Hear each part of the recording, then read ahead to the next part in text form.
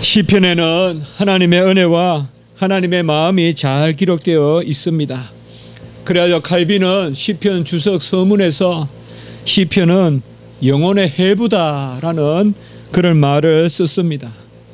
해부라는 말이 그렇게 오랜 단어가 아닌데요. 근대적인 단어인데 칼빈이 아주 그 당시에는 새로운 단어 해부라는 단어를 써서 시편은 영혼의 해부다라고 이렇게 썼습니다. 우리는 금요일날 금요기도 사경회를 통하여서 매주 한 편씩 시편을 보고 있습니다. 특별히 119편은 가장 긴 시편인데 지난주까지 22주간을 통하여서 119편을 다 보았습니다. 시편의 내용은 어떤 특별한 어떤 역사라든지 사건이라든지 너무 그렇게 접근하면 오히려 맛이 떨어집니다. 우리가 시편을 처음 읽을 때는 그런 배경을 기본으로 삼아서 시편을 자주 이야기하게 됩니다. C.S. 루이스나 이런 글들도 보면 주로 그런 글로 쓰여져 있습니다. 그러나 그것은 전기 단계고 좀 더 깊이 우리가 시편을 가까이 해보면 그런 사건조차도 넘어서서 영혼 안에 울리는 그러한 음성으로, 어떨 때는 같은 산의 산곡의 물소리라도 어떨 때는 이 소리로 어떨 때는 저 소리로 시시각각 계절마다 물소리도 바뀌듯이 시편에는 바로 우리 영혼의 그러한 울림이 나타나는 것이 바로 시편입니다. 시편은 기본적으로 하나님을 송축하고 그의 행사를 감사하는 그 노래가 주류를 이룹니다. 산에서 울퉁불퉁한 골짜기를 내려오고 우여곡절을 겪어서 그게 바다로 들어갈 때 모이면 다도 평화롭게 노래하듯이 그 강이 바다로 들어가는 그 보면 아주 잔잔한 그런 물로 흘러 들어가거든요. 그게 바로 시편이다라고 우리가 생각해 볼 수가 있어요. 격정이 있고 아주 심령의 애통함과 또 급박함과 적들이 나를 에워싸는 그러한 궁급함과 이런 것이 있지만은 시편은 결론적으로 감사의 노래로 끝을 맺고 서원으로 끝을 맺는 것을 우리가 자주 보았습니다. 저는 시편 강의를 하면서 처음에는 뭐 여러 가지 구약책도 읽어보고 하다가 그렇게 접근할 것이 아니라 좀 더 시편을 어떤 기본적인 신학적 그러한 배경 가운데서 좀 묵상으로 깊이 들어가 보자, 그런 마음으로 금요일날 말씀을 그렇게 전하고 있는데요. 아주 시편의 말씀이 보면 볼수록 제 자신도 놀랐습니다. 저는 사실상 무엇을 인용하고 할 때는 시편을 중심으로 인용하고 그렇게 하지는 않거든요. 복음서라든지 이사야서라든지 창세기라든지 율법서라든지 이런 것을 많이 보는데 요새는 시편이 가장 이렇게 손에 가까이 다가오는, 우리 식구가 옛날에 시편을 아주 좋아했는데 시편이 좋다 그래서 저는 그때 잘 이해가 안 됐어요. 또 시편을 어디 구석구석에서 차를 탈 때도 읽고 이런 모습들을 본 적이 있는데 무슨 시편을 저렇게 읽나, 저는 사사기, 여호수아 이런 걸 읽어야 읽은 기분이 나는데 그런데 요새는 이 시편이 아주 정말 마음에 와닿습니다. 시편에는 메시아 시편이 있습니다. 바로 예수 그리스도에 관한 그러한 말씀들을 담고 있는 메시아 시편이 있습니다. 그래서 구약에서 예수 그리스도에 대한 예언이 가장 정교하고 깊이 들어가 있는 말씀이 바로 시편이다 라고 이렇게 말씀하는 분들도 있습니다. 실제로 신약에 보면 시편이 우리 예수님의 죽으심과 고난당하심과 또 예수님의 권능과 이런 여러 군데 말씀을 통하여서 또 예수님이 죽음에서 그 오래 머무시지 아니하시고 다시금 죽음에서 서울에서 일어서시는 어떤 부활이나 이런 시편이 아주 귀하게 인용이 되고 있는 모습을 우리가 볼 수가 있습니다. 시편에서 특별히 주목할 한 단어가 바로 오늘 말씀에서 가장 많이 나오는 이 주라는 단어입니다. 주. 그 시편의 주라는 말은 두 가지로 우리가 생각해야 됩니다. 그야말로 보통 명사로서 주인 할 때 주, 우리가 구세주 할 때 우리의 주인이다, 우리를 값주고 사셨다, 우리는 그의 것이다 라고 할 때 그런 의미로 주라는 단어로 사용될 때가 있고, 그리고 우리 한국 성경에는 주라고 할 때 많은 경우에는 그냥 당신, 너 이런 겁니다. 사실 우리나라는 2인칭 호칭이 그렇게 많이 발달되어 있는 편이 아닙니다. 요새는 2인칭을 많이 쓰지만 옛날에는 그냥 여, 저 이 정도지 2인칭을 거의 많이 안 썼습니다. 서로 간에. 요새야 2인칭을 부부 간에도 많이 쓰지만은 사실상 주라는 말은 우리나라에서는 가장 존칭은 당신이잖아요.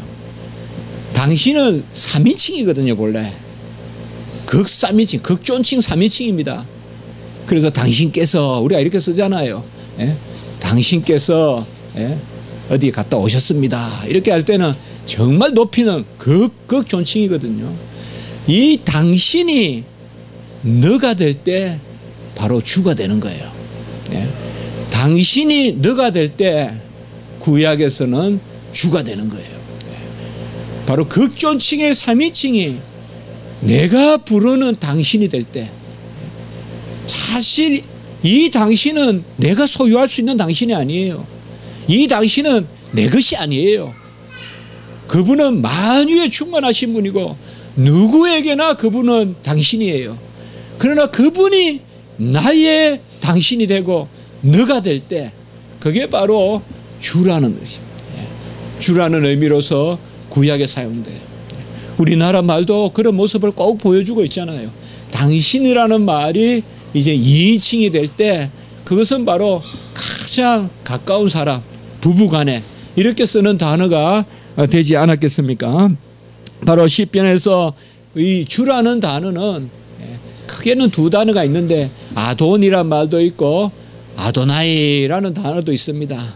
아돈이란 말은 좀 쉽게 축약해서 쓴 단어라고 볼 수 있고, 아도나이라는 단어는 강조해서 사용되는 단어라고 볼 수 있는데, 특별히 하나님을 지칭할 때는 이 아도나이가 많이 사용되고 있음을 우리가 볼 수가 있습니다.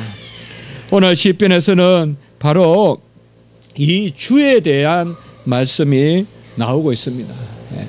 주께서 내 주께라고 해서 주가 두 번 사용되는데 이 주가 무엇을 의미하고 누구를 의미하는지 이것을 우리가 오늘 시편을 통하여서 살펴볼 필요가 있는 것입니다. 시편 110편이 언제 작성됐는지는 우리가 잘 알 수가 없지만은 그 저자는 다윗으로 우리가 그렇게 확정하고 있습니다. 특별히 다윗이 사무엘하 22장에 보면 다윗의 마지막 그러한 말이 있습니다. 그걸 우리가 성전가라고 말하는데요. 이 다윗의 22장, 사무엘하 22장 성전가를 지나서 23장에 보면 다윗이 하나님과 맺은 영원한 언약을 기억하면서 다윗이 자기가 살아왔던 그러한 이야기들을 쭉 푸는 그런 모습을 볼 수가 있습니다. 이 시편하고 너무 닮아 있는데요. 그래서 우리가 사무엘서를 통하여서 다윗의 그러한 말씀을 통하여 자주 시편과 거의 똑같은 말씀도 있고요. 유사한 구절을 많이 보거든요. 그중에 사무엘하 23장 4절이 오늘 말씀을 이해하는 그러한 열쇠가 됩니다. 사무엘하 23장 4절에 보면 갑자기 이런 말씀이 나와요. 그는 돋는 해의 아침빛 같고 구름 없는 아침 같고 비 내린 후에 강선으로 땅에서 움이 돋아나는 움이 돋는 새풀 같으니라 라고 이렇게 나옵니다. 우리는 이미 이런 말씀을 보면 구약에서 이런 말씀이 뭘 의미하느냐, 돋는 해의 아침빛과 같고 구름 없는 아침과 같고 움이 돋는 새풀, 비가 내린 후에 움이 돋는 새풀과 같은, 말할 바도 없이 바로 예수 그리스도를 뜻하죠. 그래서 사무엘 하에서 다윗이 22장에서 성전의 노래를 부르고 23장에서 사실상 인생을 정리하는 그러한 회고적인 노래를 하면서 주님이 나를 붙들어 주셨다. 그 주님이 다시 오실 것이다. 그것에 대한 말씀을 하고 있는 것입니다.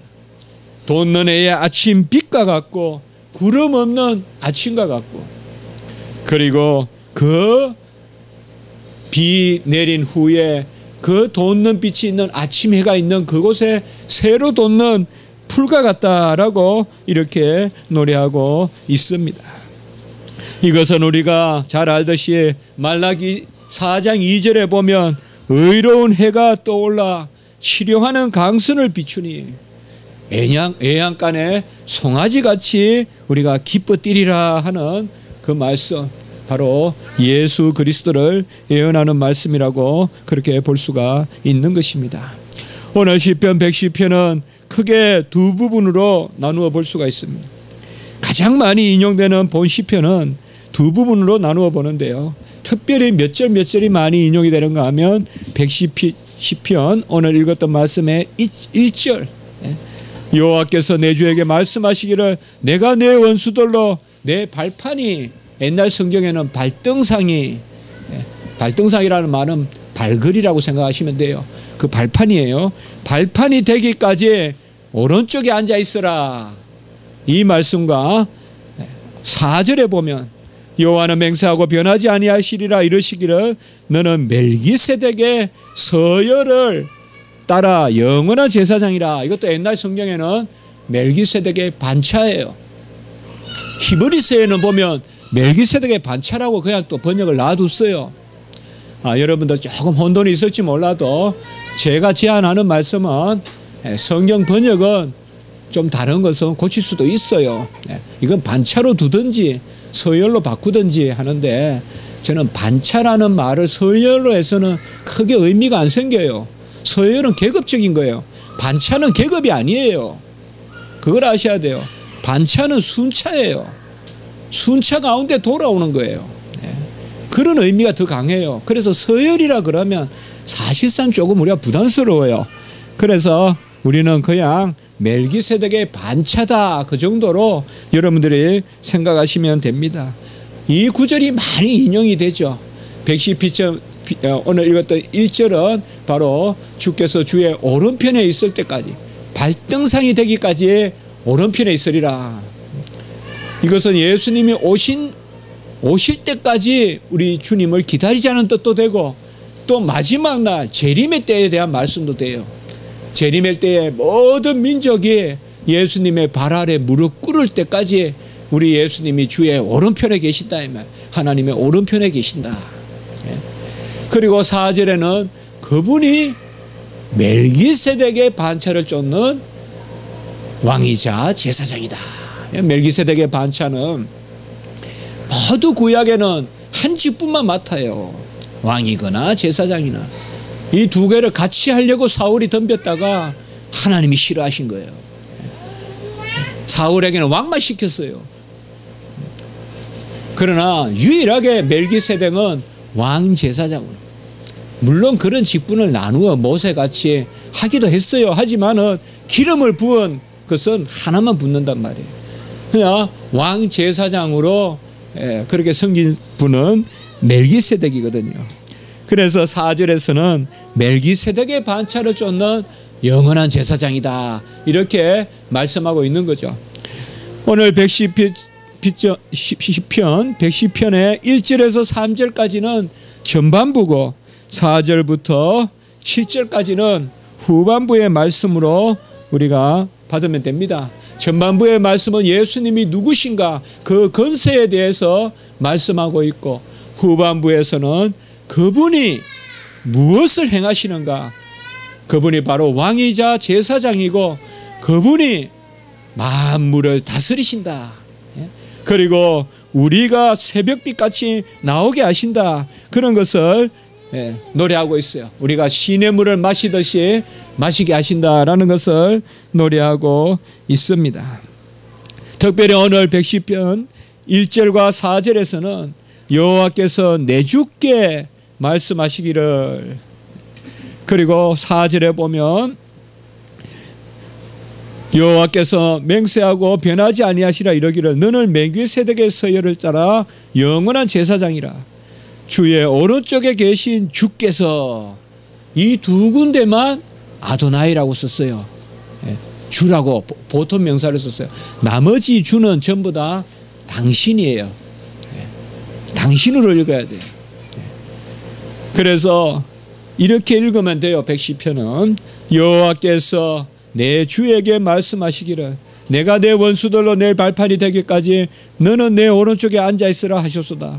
여호와께서 시온에서부터 당신의 권능의 규를, 이렇게 돼야 된단 말이에요. 같은 주지만은 사실 우리나라 말은 당신이 있는데 왜 이렇게 주로 번역하냐 말이에요. 이런 것은 제가 너무 많이 이야기하지 않겠습니다. 나중에 기회가 있으면 성경 번역에 다시 또 오류를 잡아야 된다. 그때 있으면 제가 가서 이야기할 겁니다. 공회나 이런 데 가서. 바로 여호와께서 시온에서부터, 우리나라 말엔 당신이라는 단어가 있기 때문에 당신이 좋아요. 당신의 권능의 규를 하네. 당신이란 말이 너무 경박스럽게 들린다는 건 저도 이해를 해요. 저 기도할 때 당신 이렇게 안 해요. 그렇게 기도하는 게 좀 안 맞아요, 우리 정서에. 여호와 하나님이. 그러나 문어체로 당신이라고 써서 극존칭을 표현하는 건 괜찮아요. 뭐 무서워, 뭐 못 닫는다고, 오해한다고 안 쓰면 안 되죠. 좋은 단어가 있는데, 제 생각은 그래요.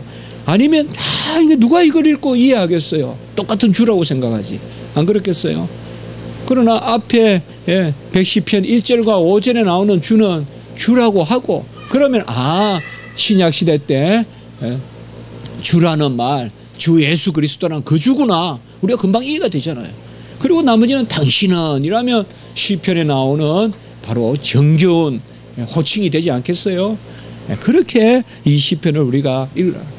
그래서 제가 아까 모두의 말씀을 드렸지만은 본래 우리나라 말에 이 당신이란 말에 그런 묘한 뉘앙스가 이 구약적 의미하고 통한다 이 말이에요. 당신이란 말이. 사실 우리가 당신이라 부를 수 있는 사람이 몇 명이나 있어요. 많으면 안 돼요. 어떻게 보면 당신을 너라고 부를 수 있는, 너를 당신으로 부를 수 있는 것은 한 사람밖에 없어야 돼요. 이 사람 저 사람 다 찾아와서 당신이라 부르면 안 돼요. 한 사람만 당신이라 불러야 돼요. 그렇게 우리나라 말에 묘미가 있어요. 그게 구약의 이 주라는 말도 그러한 의미가 있다는 것입니다. 이 주께서, 그러니까 여호와께서 내 주에게 말씀하시기를라고 할 때 앞에 여호와는 바로 성부 하나님을 뜻하고 뒤에 내 주는 성자 하나님. 그래서 성부 하나님이 성자 하나님에게 말씀하시기를 이렇게 됩니다. 그래서 이 시편의 말씀이 너무나 귀한 것이 삼위일체 하나님의 말씀이고 또 오실 예수 그리스도에 대한 정확한 예언의 말씀인 것이에요. 성부 하나님이 성자 하나님께 말씀하시기를 내 원수들로 발판이 되게 하기까지 오른쪽에 앉아 있으라. 바로 예수 그리스도께서 보좌 우편에 앉아 계시는 것을 성부 하나님이 성자 하나님께 말씀하시는 것으로 그렇게 표현하고 있단 말이에요. 그리고 2절에서는 여호와께로부터 시온에서부터 주의 권능의 규를 내보내. 시니까 갑자기 또 합법이 확 틀리는 거예요. 1절에서는 성부 하나님이 성자 하나님께 말씀하시는 것으로 하다가 2절에서는 다윗이 여호와께 이렇게 노래하는 거예요. 그러니까 여기서는 지금 화자가 관점이 왔다 갔다 해요. 그게 아주 시편이 묘미가 있는 거예요. 묘미가 있는 거예요. 예수님이 이 땅에 오셔서 서기관과 바리새인들이 교만하고 회칠한 무덤과 같고 하도 덤비고 하니까 딱 한 가지 그들을 시험했어요. 그게 뭔가 하면 질문을 던졌어요.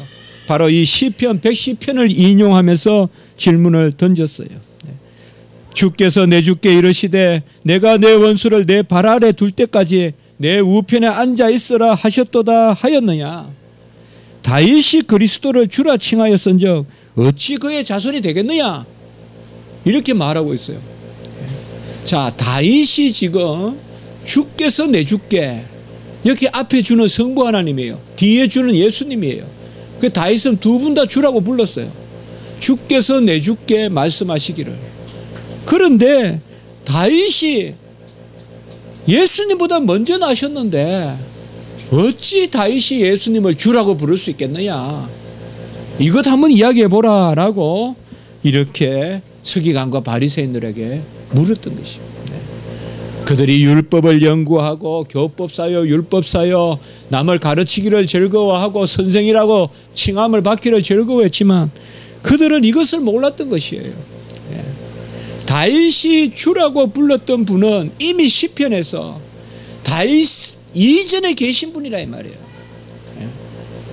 메시아는 앞으로 오실 분이지만은 이미 계신 분이라는 거예요. 영원히 계신 분이라는 거예요.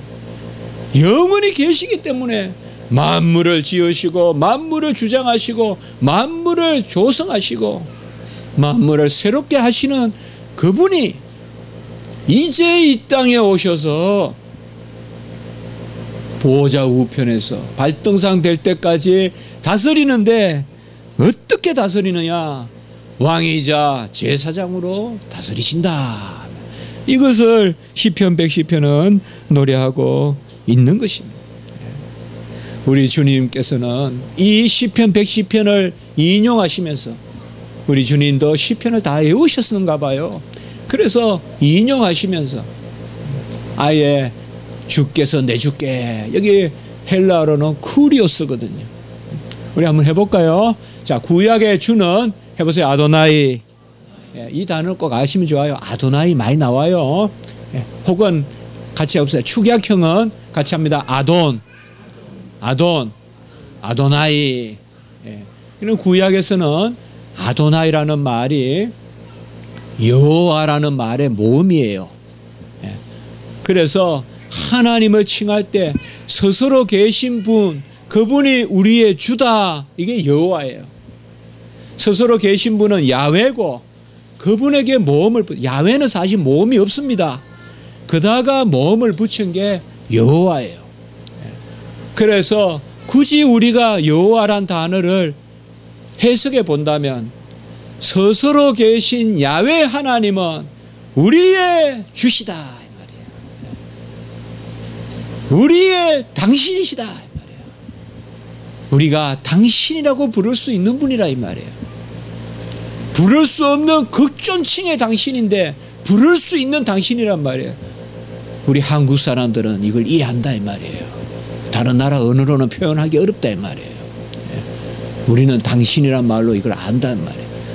당신께서라는 표현도 쓰지만 요새는 잘 안 쓰지만은 우리 어릴 때만 해도 사실 3인칭으로 어른을 높일 때는 그분께서라기보다 당신께서 이렇게 하는 게 맞거든요. 그게 이제 2인칭이 되는. 이게 신약 시대에 왔을 때는 바로 주, 예수 할 때 같이 합시다. 쿠리오스. 쿠리오스. 이게 주예요. 이걸 호칭하면 이제 키리에. 우리가 가곡이나 성가 이런 데 보면 키리에 나오잖아요. 키리에. 이러면 호격이에요. 주여 주여 부르는 게 키리에. 애가 붙으면 호격이에요. 주여 주여 부르는 거거든요. 그 서기관과 바리새인들이 그걸 모르고 하나님을 섬긴다. 오실 메시아는 그저 늦게 계신 줄 알고 다윗의 후손으로 온다 그러니까 이분들은 모세와 다윗이 더 중요한 거예요. 예수님보다. 이게 역전되니까 견딜 수 없는 거예요. 예수님이 오셔서 다윗이 주라고 한 사람이 나다. 예수님이 오셔서 아브라함이 있기 전에 내가 있다. 예수님이 오셔서 율법에서 말한 사람이 바로 나다. 이렇게 예수님이 증거했단 말이에요. 모세가 나에 대해서 증거했다. 아브라함이 있기 전에 내가 있다. 오늘 여기 질문에서는 다윗이 주라고 불렀던 시편 110편에서 그가 바로 나다. 야훼. 내로라 야훼. 그것을 표현한다 이 말이에요. 우리는 예수 그리스도가 주십니다. 예수님이 주면 영이 돼요. 예수님이 주면 진리가 돼요. 예수님이 주가 아니면 외식주의가 돼요. 형식주의가 돼요. 전통주의가 돼요. 종교주의가 돼버려요. 예수님을 어디 끄트머리에 이치시켜서 우리의 삶의 모범 교사 정도로만 생각하면 형식주의, 예식주의, 세속주의, 종교주의, 율법주의가 돼버려요. 예수님은 그 모든 것보다 먼저 계시는, 그분이 우리를 회복시키고 구원하시려고 이 땅에 오셨다. 이것을 다윗은 이미 예언했다 이 말이에요. 다윗이 무슨 재주로 예언했겠어요? 같이 합니다. 성령의 감동으로. 그래서 모든 성경은 성령의 감동으로 기록된 것으로, 그걸 우리 항상 염두에 둬야 돼요. 구약을 읽다 보면 자꾸 까먹어요. 무슨 말라기가 그냥 똑똑해서 그냥 기록했다 이렇게 생각하면 절대 안 돼요. 비평신학자들은 당대에 그 당시에 무슨 설화나 소설 같은 이야기에서 따옴표에서 끌어들이는 그런 이야기다. 전부 그런 자유주의 신학자들은. 우리는 한마디면 돼요. 위로부터 받은 말씀을 기록한 거예요. 위로부터 받지 않고 어떻게 이 말씀을 기록해요? 어떻게 보좌 우편에 계실 것을 기록해요? 그것을 바로 다윗이 기록한 것입니다. 오른편은 높은 것도 되지만은 오른편은 중심이 되고 쏙이 되는 것입니다. 우리 주님께서 오른편으로 계시고 또 오른손으로 높였다고 했어요. 우리 주님을 사도행전 2장 33절, 5장 31절은, 그리고 에베소서 1장 20절에는 자기의 오른편에 앉히셨다고 했고, 히브리서 12장 2절은 하나님 보좌 우편에 앉아 계시다라고 이렇게 말씀했습니다. 특별히 에베소서나 골로새서의 말씀, 또 로마서 말씀은 우리와 함께, 우리도 함께 일으켜서 앉히셨다는 표현을 해요. 특별히 골로새서에 우리도 함께, 에베소서에도 2장 5절 6절 같이 합시다. 함께 살리시고 함께 일으키시고 함께 하늘에 앉히시니, 이게 바로 보좌 우편에 우리가 앉는다 이 말이에요. 그 함께는 하나님 품에, 영원하신 독생자가 하나님 품속에 계시듯이 요한복음 1장 18절 우리도 하나님 품에 있는 것입니다. 베드로전서 3장 22절에 보면 그는 하늘에 오르사 하나님 우편에 계심으로 천사들과 근세들이 그에게 복종한다라고 이렇게 말씀했습니다. 이 주님이 멜기세덱의 반차를 쫓는다라고 오늘 말씀하고 계시는 것입니다. 멜기세덱은 왕이자 제사장입니다. 우리는 자주 이 말씀을 나눕니다. 제사장은 자기 자신을 하나님께 드리신 분이요, 왕은 자기 자신을 우리에게 주신 분이다. 같이 합니다. 드리심은 제사장이요, 우리에게, 이렇게 합시다. 하나님께 드리심은 제사장이요, 우리에게 주심은 왕이시다. 이게 바로 왕 제사장이에요. 멜기세덱 반차예요. 멜기세덱 반차는 자기 자신을 제물로 드리신 우리의 큰 대제사장께서 이제 자기 자신을 제물로 드리신 그 공로로 자기 자신을 우리에게 주신단 말이에요. 드리심이 없이는 주심이 없어요. 드리심이 없이는 주심이 없어요. 그래서 예수 그리스도께서 자기 자신을 아버지께 드리심으로, 그 드리심으로 우리에게 자기 자신을 주셨다는 거예요. 히브리서에서는 이것을 계속 이야기하고 있어요. 이것을 말씀의 도의 초보라고 이야기했어요. 예수님이 자기 자신을 드리심으로 우리에게 자기 자신을 주셨다. 이것도 먹지 못한다고 히브리인들에게 비판하는 거예요. 그들에게 비판. 여전히 모세에 머물러 있다 이 말이에요. 그들은 여전히 천사를 숭배하고 있다 이 말이에요. 천사가 아니라 예수님이 자기 자신을 주셔서 우리에게 바로 아버지께 드려서 우리에게 주신다고 말씀하신 것입니다.